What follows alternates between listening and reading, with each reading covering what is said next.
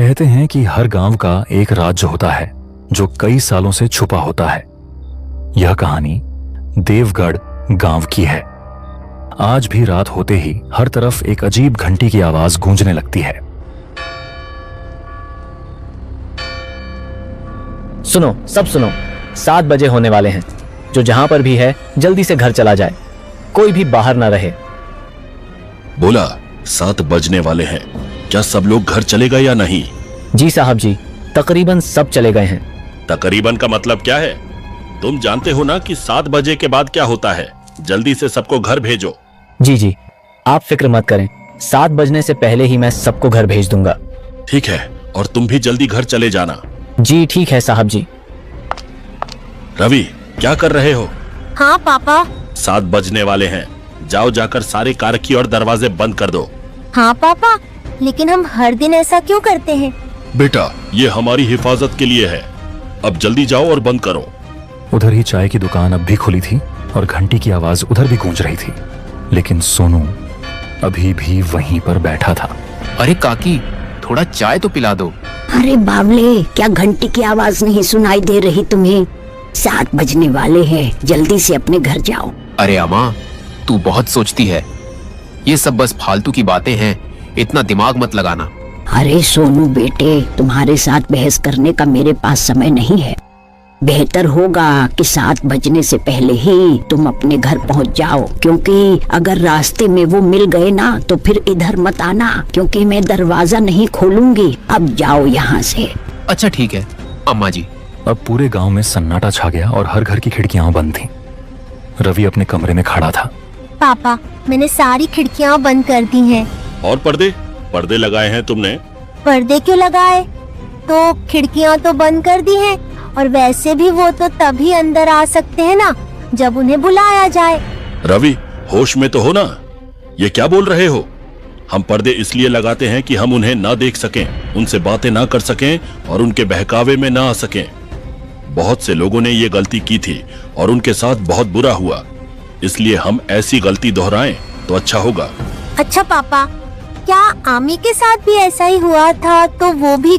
उसका यह कहते ही गंदी सी आवाज आई और घड़ी में 7 बज चुके थे। अरे 7 बज गए, जल्दी से जाओ और पर्दे लगाओ, वो आते ही होंगे। हाँ ठीक है पापा। अपने पापा की बात मानकर रवि खिड़की के पास पर्दे लगाने चला गया, लेकिन जैसे ही वह सामने पहुंचा और देखा तो उसके तो होश ही उड़ गए। सामने उसकी माँ खड़ी थी। अरे मेरे बेटे रवि, बाहर आओ। मामा, आप यहाँ कैसे? हाँ बेटा, मैं हूँ तुम्हारे आमी। पर आप यहाँ कैसे? तुमसे मिलने आई हूँ बेटा। लेकिन माँ, आप तो मर गई थी ना? नहीं बेटा, देखो मैं तो तुम्हारे सामने हूँ, जिंदा हूँ। लेकिन पापा ने तो कहा है कि आप तो कब की मर चुकी हैं। नहीं बेटा, तुम्हारे पापा तुमसे झूठ बोल रहे हैं। मतलब कि आप मरी नहीं है, जिंदा है? नहीं बेटा, मैं तो बस रास्ता भटक गई थी। आज मुश्किल से तुम्हारे पास आई हूँ, सिर्फ तुमसे मिलने। क्या सच कह रही हैं आप? हाँ बेटा, हाँ। अब जल्दी करो, मुझे अंदर आने दो। देखो बेटा, 7 बज गए हैं, बाहर मेरे लिए खतरा है। अच्छा, मैं पापा को बुलाता हूँ। नहीं नहीं, पापा को क्यों बुला रहे हो? वो मुझे सही से नहीं समझ पाएंगे और तब तक देर भी हो चुकी होगी, इसीलिए अभी दरवाजा खोल दो। लेकिन पापा ने मना किया है।